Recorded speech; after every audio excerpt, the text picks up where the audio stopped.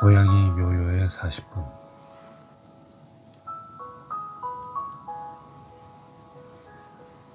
22년 6월 10일. 어느 날 밤 나는 차를 몰고 있었다. 운전 중인 내 다리 위에는 회색빛 고양이가 담요에 쌓여 있었다. 나는 그 고양이를 안락사시키기 위해 동물병원으로 가는 중이었다. 2014년 말경 겨울의 일이었다. 2014년 초에 나는 일 때문에 정신이 없었다. 이사까지 앞두고 있었다. 그러던 중 헤어진 애인 스텔라에게 연락이 왔다. 고양이 좀 맡아달라는 부탁이었다. 자기가 가르치던 학생이 무작정 고양이를 입양했는데 부모님의 반대가 너무 심해서 고양이가 당장 갈 곳이 없다고 했다. 그렇게 나는 태어난 지 4개월 정도 된 작은 고양이를 맡게 되었다. 이름은 요요라고 지었다. 녀석은 내가 일하는 것을 계속 방해했지만 하는 짓이 귀여웠다. 이삿짐들 틈에 숨어서 나를 한참 쳐다보다가 갑자기 달려와 안기거나 자신의 그림자나 꼬리를 보고 놀라기도 했다. 그리고 불쌍하기도 했다. 요요가 있던 펫샵에서 몸이 커지면 데려가는 사람이 없을까봐 밥을 아주 조금씩만 줬다고 한다. 그래서인지 요요는 한동안 먹을 것에 병적으로 집착했다. 함께 산 지 3달 정도 흐른 후 난 새벽에 요요를 데리고 고속도로 휴게소로 향했다. 목적지가 휴게소인 짧은 여행이었다. 녀석은 안정을 찾은 후에 하는 첫 드라이브라서인지 기분이 좋아 보였다. 까치발로 차창 밖을 구경하기도 하고 뒷좌석을 돌아다니며 놀기도 했다. 도착한 곳은 덕평 휴게소라는 곳이었다. 거기에는 소원을 비는 연못과 정원도 있고 야외 테라스도 잘 꾸며져 있었다. 새벽이어서인지 아무도 없었다. 나는 연못 옆 테이블에 요요와 앉아 커피를 마셨다. 요요는 연못이 신기한지 그곳을 계속 쳐다봤다. 그리고 정원의 풀들을 가지고 놀기도 했다. 이것이 요요와의 여러 추억 중 가장 기억에 남는 일이었다. 함께 산 지 1년이 못 되었을 무렵 요요는 밥을 잘 안 먹기 시작했다. 병원에 데려갔더니 복막염이라고 했고 얼마 후 죽을 것이라고 했다. 죽기 전에 한동안은 뇌까지 고장나서 이상행동을 할 것이라고 했다. 수의사는 때가 되면 안락사시키라고 했다. 3주 정도 지나자 상황은 수의사 말대로 되었다. 요요는 점점 나를 못 알아봤고 눈이 풀린 채 비틀대며 제자리에서 빙빙 돌기만 했다. 좀비 같았다. 종일 오줌을 지리고 발작도 점점 더 심해졌다. 어느 날 밤 나는 요요를 안락사시키기 위해 외출 준비를 했다. 신발을 신고 요요를 담요에 싸서 현관을 나서는데 전화벨이 울렸다. 선배 K의 애인에게서 걸려온 전화였다. 그녀와 나는 수년간 몇 번 본 적은 있지만 연락한 적은 없었다. 나는 웬일인가 싶어 전화를 받았는데 그녀는 울면서 절규했다. 처음엔 무슨 말을 하는지 알아들을 수가 없었다. 그녀의 말은 선배 K가 바람을 피우려고 시도하다가 자신에게 들켰다는 것이었다. 일단 나는 그녀를 진정시키며 말을 들어주었다.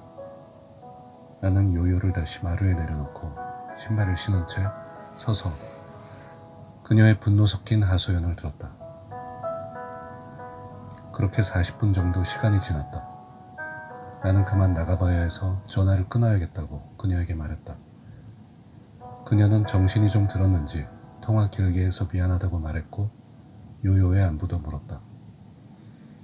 나는 요요를 지금 안락사시키러 나간다고 말했다. 그녀는 다시 울음을 터뜨렸다. 그녀는 K와 우리 집에 와서 요요와 몇 번 놀아준 적이 있었다. 그녀는 스피커폰으로 고양이에게 작별 인사를 했다. 나는 요요를 허벅지에 올린 채 병원을 향해 운전했다. 요요는 웬일인지 이상행동을 멈췄고 편안하게 엎드려 있었다. 고속도로 휴게소에 갔던 그날을 떠올리고 있었던 걸까? 그런 거냐고 물어봤는데 짧은 울음소리를 내었다. 난 계속 말을 걸었다. 너 멀쩡하다고. 병원 안 가도 되는 건 아니냐고. 그리고 녀석의 머리를 만지며 용감하다고 칭찬했다. 겁에 질린 나 자신에게 하는 말이었던 것 같다. 그리곤 요요에게 선배 K의 험담을 했다. 왜 바람을 피우려는 건지 모르겠다고. 그럴 거면 그냥 헤어질 것이지. 왜 그리 오래 사귀는지. 정말 웃기는 사람이라고 양심도 없다고 흉을 봤다. 나는 계속 아무 말이나 찌끄려댔고 곧 동물병원에 도착했다. 안락사 주사를 맞고 동공이 커다랗게 풀리는 요요를 나는 한동안 쳐다봤다. 간호사가 죽은 요요를 헝겊으로 싸서 종이박스에 담아줬다. 난 다시 차를 몰고 집으로 향했다. 조수석에 있는 요요가 담긴 박스를 가끔 쳐다보며 또 이런저런 말들을 했다. K의 흉을 보지는 않았다. 그 순간 난 2년 전 새벽에 고속도로를 달리던 병원 호송차에서의 일이 생각났다. 난 하얀 천으로 쌓인 죽은 엄마 옆에 혼자 타고 있었다. 차 창밖으로는 멀리 분당의 고층 건물들이 보였는데 야경이 예뻤다.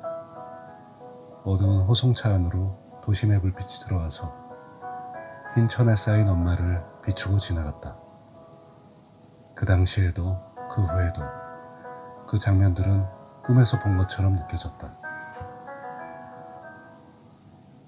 집 앞에 도착해서 죽은 요요가 담긴 박스를 안고 현관문을 열었다. 너무 낯설었다. 집 안에 아무것도 움직이는 게 없어서였다. 박스를 탁자 위에 올려두고 화장실에 갔다. 세수를 하는데 갑자기 눈물이 났고 그 후 마룻바닥을 구르며 3시간 정도 울었던 것 같다. 바닥에서는 몇 시간 전 요요가 싼 오줌 냄새가 났다. 우는 와중에 이런 생각이 들었다. 엄마가 돌아가셨을 때도 안 울었는데 지금은 왜 이렇게 울음을 멈출 수가 없는지 이상하다고 생각했다. 다음날 일어나 곡괭이와 삽을 들고 뒷산에 올라가서 땅을 1m 정도 깊게 팠다. 겨울이었지만 땅이 잘 파졌다. 당시 내 차 트렁크에는 엄마를 옮긴 호송차에서 쓰였던 흰 천이 실려 있었다. 난 그것을 못 본 척하고 지냈었다. 그 천을 2년 만에 꺼내 요요가 담긴 박스를 한 번 더 쌌다. 그리고 땅에 묻었다. 지난밤에는 심하게 울었는데 산을 내려오면서는 울지 않았다. 얼마 후 바람을 피우려다 들킨 선배 K는 무슨 재주를 부린 건지 애인과 화해했다. 그리고 날 찾아왔다. K는 내게 이런저런 말들을 늘어놓았다. 요요가 죽어가는 것 뻔히 알면서 그 상황에 내게 전화를 걸어 하소연한 자신의 애인을 크게 혼냈다는 것이었다. 그러면서 그는 나도 정상은 아니라는 듯이 말했다. 그 상황에서 왜 자기 애인의 하소연을 한참이나 듣고 있었냐는 것이었다. 난 K의 말을 듣고 뭐라고 해야 할지 몰라서 그냥 웃었다. 더 이상 그의 머릿속에는 바람 피우려다 걸린 일 따위는 없는 것처럼 보였다. 난 그에게 이제 바람 피울 생각하지 말라고 했더니 그는 자신이 언제 그랬냐고, 지금 무슨 말을 하는 거냐고 내게 말했다. 난 그의 천진난만한 표정을 보고 웃음이 터졌다. K는 살짝 웃는 표정으로 먼 산을 보며 담배 연기를 뿜어댔다. 난 그 순간 또 다른 지인인 S와 예전에 나누었던 말이 떠올랐다.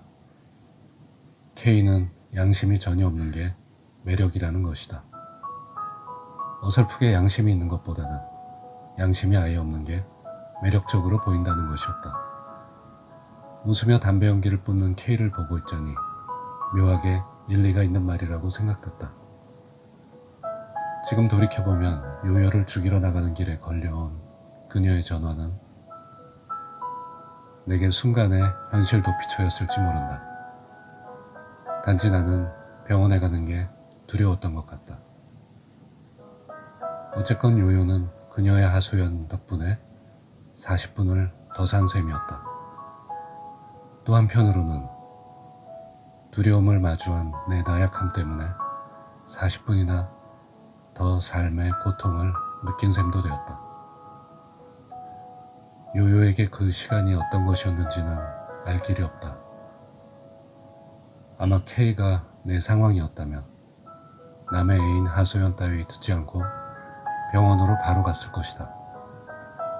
그게 요요에게 좋았을 수도 있다. 요요가 죽은 지 10년이 다 되어가는 요즘에서야 나는 그 40분의 의미를 생각해 본다. 글쓰기 교실 숙제가 아니었다면 다 잊고 지냈을 것이다. 또 내가 가진 것으로 추정되는 양심에 대해서도 생각해 본다. 과연 K와 내가 근본적으로 다른 게 있는지를 말이다.